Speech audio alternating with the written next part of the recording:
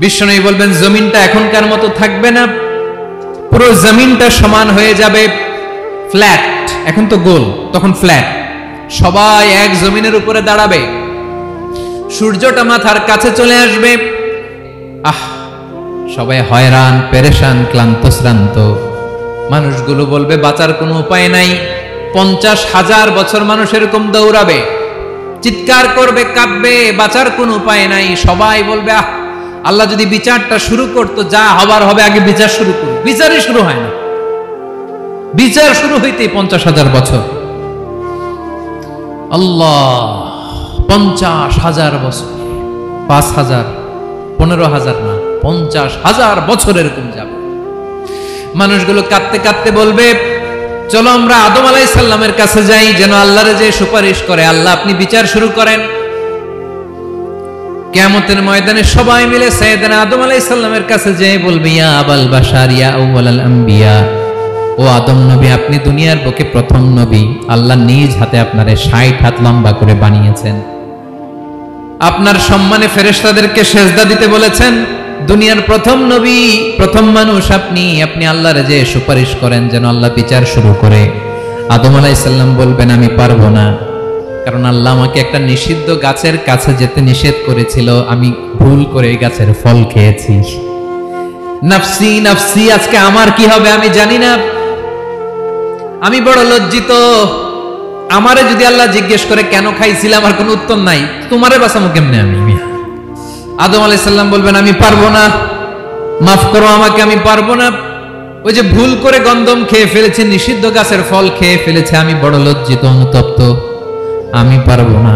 আজকে আল্লাহ এত রাগান্বিত হয়েছে, আগে কখনো আল্লাহ এত রাগান্বিত হয় নাই, ভবিষ্যতে আল্লাহ কখনো এত রাগান্বিত হবে না, আমি পারবো না। এক কাজ করো, তোমরা নূহ আলাইহিস সালামের কাছে যাও। কোন নবী? লোকেরা এবার পাগলের মতো দৌড়াতে দৌড়াতে আল্লাহর নবী নূহ আলাইহিস সালামের কাছে যেয়ে বলবে ইয়া নবী আল্লাহ নূহ, আনতা আউয়ালুর রুসুলি ফিল আরদ, আপনি জমিনে প্রথম রাসূল। আদম আলাইহিস সালাম নবী ছিলেন, রাসূল ছিলেন না, এই দুনিয়ার বুকে প্রথম রাসূল ছিলেন আল্লাহর নবী নূহ আলাইহিস সালাম। সবাই বলবে ও নবী আল্লাহ নূহ, রাসূল আল্লাহ নূহ, আল্লাহ আপনাকে আবদান শাকুরা, শুকরগুজার বান্দা বলে কোরআনে বলেছে। কোরআনে নূহ আলাইহিস সালামের নামেও সূরা আছে না নাই? আপনি আল্লাহর প্রিয় বান্দা, প্রিয় রাসূল। দেখেন আমাদের কি দশা, ঘামতে ঘামতে শেষ, জমিনটা তামার জমিন, সূর্যটা মাথার কাছে, কি করবো আর পারি না, ঘামতে ঘামতে আর কত ঘামবো, কত দাঁড়িয়ে থাকবো। আল্লাহরে যে বলেন বিচার যেন শুরু করে। নূহ আলাইহিস সালাম বলবেন আমিও পারবো না, আমিও পারবো না, আমি আমার ছেলের জন্য কথা বলে ভুল করে ফেলছি। যখন মহাপ্লাবন হবে আমি বললাম আল্লাহ আমার কলিজার টুকরা সন্তান রে বাঁচান। আল্লাহ বললেন ও নূহ, সে তোমার সন্তান না, কারণ সে ঈমান আনে নাই, সে পাহাড়ের উপর দাঁড়িয়েছে, দেখি কেমনে সে বাঁচে। ওই যে আমি একটা না বুঝে আবদার করেছি, আল্লাহ আমার উপর রেগে গিয়েছিলেন। আজকে আল্লাহ ওই ব্যাপারে যদি আমারে প্রশ্ন করে, আমার কোনো জবাব নাই, আমি পারবো না, মাফ করো। তোমরা সবাই মিলে আল্লাহর খালিল ইব্রাহিম আলাইহিস সালামের কাছে যাও। লোকগুলো পাগলের মতো খুঁজতে আরম্ভ করবে, অযুত লক্ষ নিযুত কোটি মানুষের ভিড়ে আল্লাহর খালিল ইব্রাহিমকে যে বলবে ইয়া খালিলুল্লাহ, ও আল্লাহর খালিল, আল্লাহ আপনাকে বড্ড ভালোবেসেছেন, আপনি কাবা বানিয়েছেন, আল্লাহ আপনাকে বড্ড পছন্দ করেন। দেখেন আমাদের কি অবস্থা, আপনি যে আল্লাহর কাছে সুপারিশ করেন যেন আল্লাহ আজকে বিচার শুরু করে। আল্লাহর নবী ইব্রাহিম বলবেন আমিও পারবো না, আমি আমার জীবদ্দশায় 3টা মিথ্যা বলেছি। কয়টা? আসলে মিথ্যা না, একটু টুইস্ট করে, কৌশল করে কথা বলেছিলেন, ওইটাকে হাদিসে মিথ্যা বলা হয়েছে। আমি জীবনে 3টা মিথ্যা বলেছি, জীবন বাঁচানোর তাগিদে কৌশল করে 3টা কথা বলেছি। আজকের এই কঠিন ময়দানে আল্লাহ যদি ওই 3টা কথার ব্যাপারে জিজ্ঞেস করে, লজ্জায় আমি মাথা দেখাতে পারবো না, আমিও পারবো না, আমিও পারবো না। আজকে আল্লাহ এত রেগে আছে, আগে কখনো এত রাগে নাই, পরেও রাখবে না। তোমরা সবাই মিলে বনি ইসরাইলের নবী মূসা আলাইহিস সালামের কাছে যাও। সবাই এবার যাবে মূসা আলাইহিস সালামের কাছে, যেয়ে বলবে ইয়া নবী আল্লাহ মূসা, আপনি ছিলেন কালিমুল্লাহ, আল্লাহর সাথে সরাসরি কথা বলতেন, রব্বুল আলামিন আপনাকে তাওরাত কিতাব দিয়েছেন, আপনি যে একটু সুপারিশ করেন। আল্লাহর নবী মূসা বলবেন মাফ করো, আমিও পারবো না, আমি দুনিয়ার বুকে ভুল করে একটা মানুষকে মেরে ফেলেছি। আমি মারছিলাম আদব শিক্ষা দেওয়ার জন্য এক থাপ্পড়, এই থাপ্পড়ে যে ওই লোক মরেই যাবে আমি জানতাম না। আজকে আল্লাহ যদি জিজ্ঞেস করে কেন মারলা, জবাব আছে? ওই লজ্জায় আমি অনুতপ্ত, আমি পারবো না, আমার এই কথা বলো না। আজকে আল্লাহ বড্ড রেগে আছে, আমি পারবো না, তোমরা আল্লাহর নবী ঈসা আলাইহিস সালামের কাছে যাও। কিয়ামতের ময়দানে মানুষগুলো পাগল পাড়া হয়ে আল্লাহর নবী ঈসা আলাইহিস সালামের কাছে যাবে, যে বলবে নবী ঈসা আপনি রূহুল্লাহ, বাবা ছাড়া আল্লাহ আপনাকে বানিয়েছেন, ইনজিল কিতাব দিয়েছেন, মৃত মানুষকে আপনি জীবিত করতে পারতেন, আজকের এই কঠিন বিপদের দিনে আপনি আমাদের সাহায্য করেন। আল্লাহর কাছে যে বলেন যেন বিচার শুরু করে। আল্লাহর নবী ঈসা আলাইহিস সালাম বলবেন আমিও পারবো না, আজকে আল্লাহ অনেক রেগে আছে, আমি পারবো না, তবে একটা পরামর্শ দিতে পারি, একটা সাজেশন দিতে পারি। আজকের দিনে এই কঠিন মুসিবতের কালে, এই কঠিন সময়ে কেউ আল্লাহর দরবারে দাঁড়িয়ে একটা টু শব্দ করার ক্ষমতা কারো নাই, একমাত্র আখিরি জামানার পয়গম্বর বিশ্বনবী মুহাম্মদুর রাসূলুল্লাহ ছাড়া। মানুষগুলো এবার আগুনের মধ্যে পানি দিলে যেমনি আগুন নিভে যায়, দাউ দাউ করা হৃদয়ে জ্বলন্ত আগুন তাদের ঠান্ডা হবে। কিয়ামতের ময়দানে ওই বিভীষিকাময় সময়ে মুসিবতের কালে মানুষগুলো পাগল হয়ে বিশ্বনবীকে খুঁজতে আরম্ভ করবে। সবাই মিলে বিশ্বনবীর কাছে যে বলবে ইয়া রাহমাতাল লিল আলামিন, ইয়া খাতামান নবীন, রাহমাতাল লিল আলামিন। দেখেন আমাদের কি অবস্থা, কি কঠিন বিপদে আমরা আছি, দাঁড়াতে পারি না, সূর্যের আলোতে ঘেমে হয়রান। আজকে কেউ সুপারিশ করতে পারবে না। সব নবীরা অপারগতা স্বীকার করেছে, তারা বলেছে আপনি ছাড়া কেউ নাকি আল্লাহর সামনে দাঁড়াতে পারবেন না, আপনি একটু সুপারিশ করেন। বিশ্বনবী বলবেন আসো আসো, আজকের দিনে আমি ছাড়া আল্লাহর সামনে কেউ দাঁড়াতে পারবে না। বিশ্বনবী মাকামে মাহমুদে যে আল্লাহু আকবার বলে সিজদায় লুটিয়ে পড়বেন। আল্লাহ রাব্বুল আলামিন বিশ্বনবীকে এমন কিছু চমৎকার শব্দ শিখাবেন, ওই শব্দগুলো দিয়ে আল্লাহর প্রশংসা করে বিশ্বনবী কাঁদতে আরম্ভ করবেন। বিশ্বনবী এমন ভাবে অজর দ্বারায় সিজদায় লুটিয়ে পড়ে কাঁদবেন, রব্বুল আলামিনের রহমতের দরিয়ায় জোশ লেগে যাবে। রব্বুল আলামিন এই দৃশ্য থেকে সহ্য করতে পারবেন না। রব্বুল আলামিন বলবেন ইয়া মুহাম্মদ ইরফা রাসাক, ও নবী আপনি মাথা তোলেন, মাথা তোলেন, আপনার কান্না আমি সহ্য করতে পারি না। নবী আপনি মাথা তোলেন, সাল তুতা, আজকে আপনি যা চাবেন তাই দেব। নবী আপনি সিজদা থেকে মাথা তুলেন, সাল তুতা, যা চাবেন তাই দেব। ওয়াশফা তুশাফা, যার জন্য সুপারিশ করবেন তার সুপারিশ কবুল করে নেব। বিশ্বনবী এবার মাথা তুলবেন। যে বিভীষিকাময় সময়ে প্রত্যেক নবী বলেছেন আমি পারবো না, প্রত্যেক নবী বলেছেন নফসি নফসি, আমার কি হবে আমি জানি না, আল্লাহ আমারে বাঁচাও। প্রতিটি নবী বলবে নফসি নফসি, আল্লাহ তুমি আমারে বাঁচাও, আমারে বাঁচাও। বিশ্বনবী মাথা তুলবেন, তুলে বলবেন রব্বি হাবলি উম্মতি, আল্লাহ তুমি আমার গুনাহগার উম্মতকে বাঁচাও। এই দুনিয়ার বুকে রব্বুল আলামিন সব নবীকে একটা করে দাওয়া মুস্তাজাবা দিয়েছেন, মানে যে দোয়া করলে কবুল হয়ে যায় সাথে সাথেই। দাও বিহা, দুনিয়ার সব নবীরা ওই দোয়াটা দুনিয়ায় করে ফেলেছে। সব নবীকে আল্লাহ একটা করে দোয়া দিয়েছেন, নবী দোয়া করলেই কবুল। সব নবীরা ওই দোয়া করে ফেলেছে দুনিয়াতে। বিশ্বনবী বলেন আমি করি নাই। ওয়া ইন্নী আখতাবিউ দাওয়াতি শাফাআতান লি উম্মতি ইয়াউমাল কিয়ামাহ, আমার ওই স্পেশাল দোয়াটা আমি দুনিয়ার বুকে কঠিন বিপদে পড়েও কোনোদিন করি নাই। আমি আমার স্পেশাল দোয়াটা কিয়ামতের দিন আমার গুনাহগার উম্মতকে সুপারিশের জন্য রেখে দিয়েছি। আল্লাহ বলবেন নবী ইরফা রাসাক, মাথা তোলেন, আর কাটবেন না। বিশ্বনবী মাথা তুলবেন, আল্লাহ বলবেন সাল তুতা, আপনি যা চাবেন তাই দেব। ওয়াশফা তুশাফা, সুপারিশ করেন, সুপারিশ কবুল করব।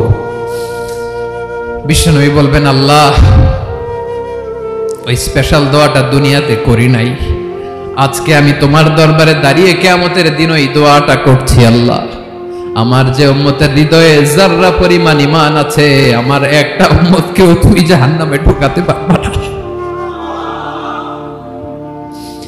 বিশ্বনবী পাগলের মতো একবার হাউজে কাউসারে যাবেন, একবার সিরাতে যাবেন, একবার পুলসিরাতের দিকে, একবার হাউজে কাউসারের দিকে পাগলের মতো দৌড়াতে থাকবেন। তার কোন গুনাহগার উম্মত যাতে জাহান্নামে ঢুকে না যায়, সেদিন কেউ সুপারিশ করতে পারবে না বিশ্বনবী ছাড়া। এজন্য 5 নম্বর আল্লাহ বললেন, মান যাল্লাযী ইয়াশফাউ ইনদাহু ইল্লা বিইযনিহি। কার সাহস আছে, কার এত বড় বুকের পাটা কিয়ামতের কঠিন দিন আল্লাহর সামনে দাঁড়িয়ে সুপারিশ করবে? কারো ক্ষমতা নেই, কারো ক্ষমতা নাই। বিশ্বনবী সেদিন সিজদায় পড়ে উম্মতের জন্য কাঁদবেন, সবাই কাঁদবে, নফসি নফসি, আল্লাহ আমারে বাঁচাও, আল্লাহ আমারে বাঁচাও। বিশ্বনবী বলবেন, উম্মতি উম্মতি। বিশ্বনবী আমার জন্য কাঁদবেন, আপনার জন্য কাঁদবেন, আমাদের জন্য সেদিন কেঁদে কেঁদে জাহান্নামের দরজায় দাঁড়িয়ে আমাদেরকে টেনে টেনে জান্নাতে ঢুকাবেন। এজন্যই বিশ্বনবীর ভালোবাসা যেন আমাদের হৃদয়ে ভরপুর থাকে। আমার ভাইয়েরা, প্রতি শুক্রবার বিশ্বনবীর উপরে বেশি বেশি যেন আমরা দুরূদ পড়ি। আমরা যখন বিশ্বনবীর সালাম দেই, দুরূদ পড়ি, একদল স্পেশাল ফেরেশতা আছে যারা বিশ্বনবীর দুরূদটা নিয়ে সরাসরি বিশ্বনবীর রওজায় যায়, যে বলে অমুকের বেটা অমুক আপনারে সালাম দিয়েছে। বিশ্বনবী নিজ কবরের থেকে নিজেই সালামের উত্তর দেয়। বিশ্বনবীর ভালোবাসা যেন আমাদের হৃদয়ে থাকে, বিশ্বনবীর সুন্নাহ দিয়ে যেন আমাদের জীবনটাকে সাজাই। পারা যাবে ইনশাআল্লাহ। বিশ্বনবীর ভালোবাসা ছাড়া কেউ জান্নাতে ঢুকতে পারবে? বিশ্বনবীর পক্ষে আমরা বলবো, বিশ্বনবীর পক্ষে আমরা লিখব, বিশ্বনবীর জন্য আমরা আমাদের কলিজার রক্ত বিলিয়ে দিব, ঠিক কিনা বলেন? সেদিন বিশ্বনবী ছাড়া কেউ সুপারিশ করতে পারবে না। 5 নম্বর আল্লাহ বললেন, মান যাল্লাযী ইয়াশফাউ ইনদাহু ইল্লা বিইযনি। কে আছে সুপারিশ করবে আল্লাহর সামনে? কেউ বাঁচাতে পারবে না।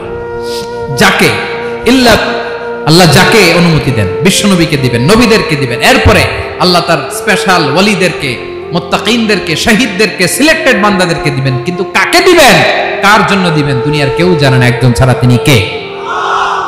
আল্লাহর ওয়ালিদেরকে, নেককার লোকদেরকে আল্লাহ সুপারিশের অনুমতি দিবেন। কিন্তু আপনি যারে মানেন তারে যে আল্লাহ দিবেন, এটার কোনো গ্যারান্টি আছে? কথা বলেন। এজন্য জপতে হবে একজনের নাম, আওয়াজ করে বলুন, তিনি কে? আয়াতুল কুরসির 5 নাম্বার কথা হচ্ছে, সেদিন কেউ কারো উপকারে আসবে না, সুপারিশ করার সুযোগ পাবে না, আল্লাহ যাকে অনুমতি দেয় তিনি ছাড়া। কয়টা গেল? 6 নাম্বার আল্লাহ বললেন, ইয়ালামু মা বাইনা আইদিহিম ওয়া মা খালফাহুম। তোমাদের সামনে, তোমাদের পেছনে যখন যেটাই ঘটুক না, জানে কে? আওয়াজ করে বলুন, কেউ যেটা জানে না, জানে কে? কেউ যেটা দেখে না, দেখে কে? কেউ যেটা শোনে না, শোনে কে? ইয়ালামু মা বাইনা আইদিহিম ওয়া মা, দৃষ্টিগোচর, দৃষ্টির বাইরে যা ঘটে কে জানে? তবে ঘরের ভিতরে ঢুকে জানালা বন্ধ করে লাইট অফ করে যদি আমরা কিছু করি, ওইটা আর আল্লাহ জানে না। হ্যাঁ, জানে? ওইটাও জানে। যত কালো পর্দা লাগায়া লাইট বন্ধ করে একা একা পাপ করেন, দেখে কে? এজন্য অন্ধকারে পাপ করলেও সেখানেও আল্লাহর দৃষ্টি আছে না নাই? আলিমুল গায়বি ওয়াশ শাহাদা, দৃশ্য অদৃশ্য সব জানেন, সব। আল্লাহ বলেন, ওয়া আসিররু কাওলাকুম আও ইজহারু বিহি ইন্নাহু আলিমুম বিযাতিস সুদূর। প্রকাশ্যে করো কিংবা গোপনে করো, সব জানেন। এমনকি অন্তরে অন্তরে কি ভাবো তাও জানেন। মুখে গালি দেন নাই, মনে মনে গালি দিছেন, ওটা তো আল্লাহ জানে না? হ্যাঁ, আলিমুম বিযাতিস সুদূর, অন্তরে যা আছে ওইটাও। ইয়ালামু খাইনাতাল আয়ুন ওয়া মা তুখফিস সুদূর। চোখ দিয়ে, অনেকে দেখবেন চোখ দিয়ে চোখ মারে, ওইটাও আল্লাহ দেখেন। বিচার করতেছে, বিচারককে ঘুষ টুস দিয়ে আপনি চোখ মারলেন যে এইভাবে না ওইভাবে কর, ওইটা তো আল্লাহ দেখে দেখে নাই?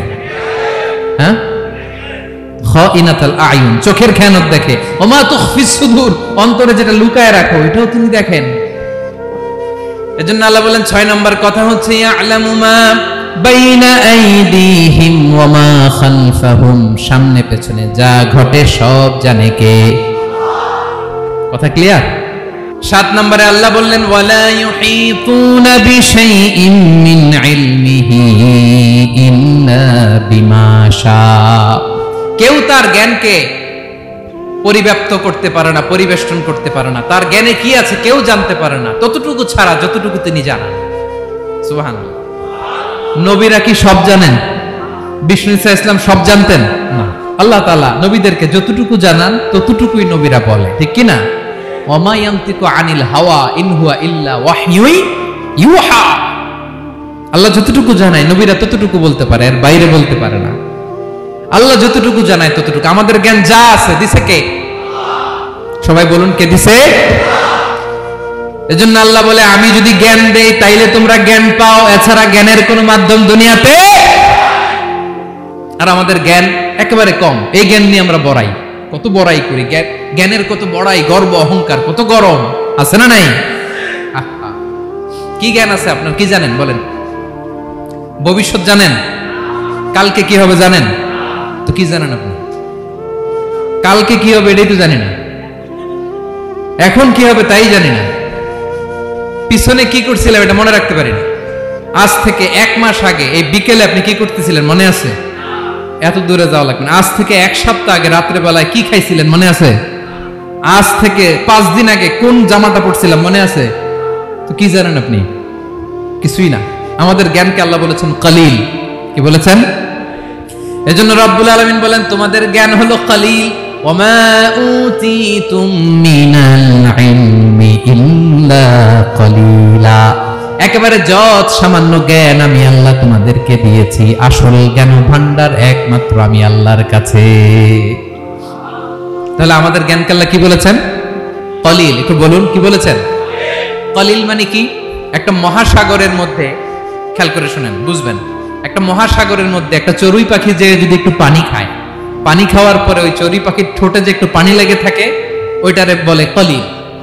আল্লাহ বলে মহাসাগর থেকে পানি খাওয়ার কারণে চড়ুই পাখির ঠোঁটে যে একটু পানি লেগে আছে, এই পানিটা হচ্ছে তোমরা পৃথিবীতে যারা আছো সবার জ্ঞান, সবাই মিলে এতটুকু জ্ঞান, আর পুরো মহাসাগরের পানি হচ্ছে আমি আল্লাহর জ্ঞান।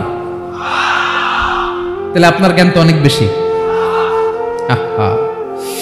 এজন্য জ্ঞানের বড়াই করা যাবে না। আল্লাহ বলেন ওয়ালা ইউহিতুনা বিশাইইন মিন ইলমিহি ইল্লা বিমা শা।